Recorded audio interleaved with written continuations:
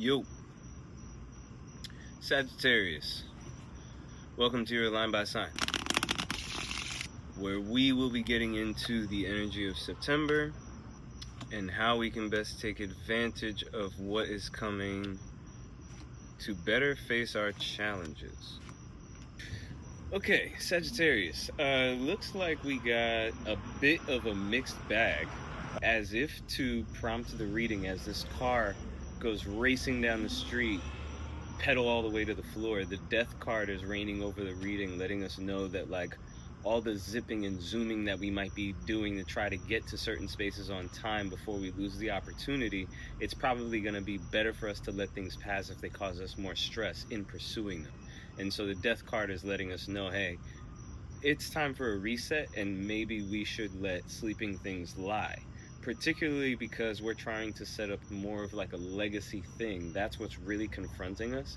And in order for us to elevate to that point, you're gonna need to let go of certain things that you felt like have had a hold over you, and that shows up in the Devil card as chosen restrictions. So those can be obligations that we've made to people, places, a job. When I say places, like the idea of a place.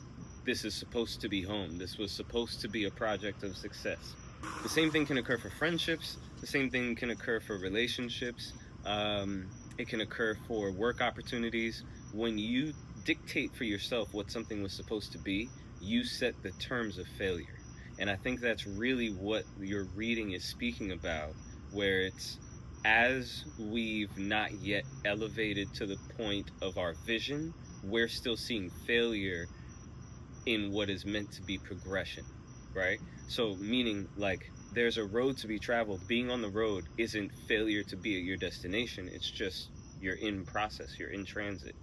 And that's really what this is going into, especially because we're trying to figure out like where the fuck do we go next?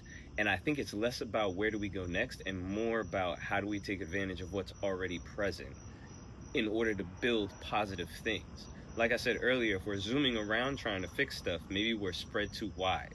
And that is because we're trying to survey and see where far off we need to get to next. And maybe if we get to a better vantage point.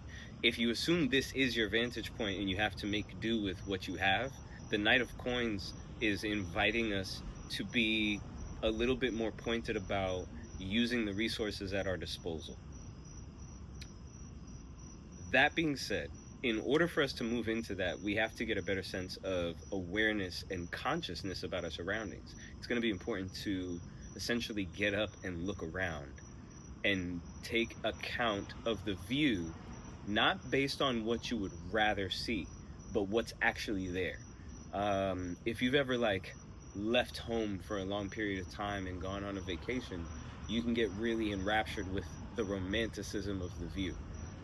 And if you spend a lot of time in another location or you bounce around a lot, I did a road trip one time, by the time you get back home, you end up noticing things that you actually found pretty beautiful, but because you live there, it's just the regular run-of-the-mill everyday experience, and you discount it.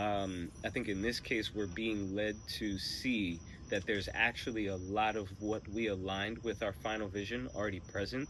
We probably just need to grow it. It's like coming up on a vegetable patch, but everything is just sprouting.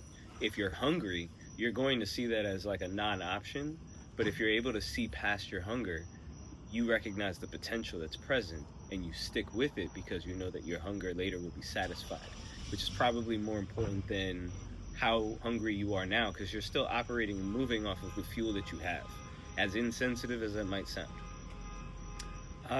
So while there's going to be a little bit of trepidation around whether or not we have the confidence to do the thing with the Magician card showing up, the Eight of Wands is really talking about how if we reduce our expectation of speed, we can better assess when we're actually slated to arrive and also take advantage of the view on the way there.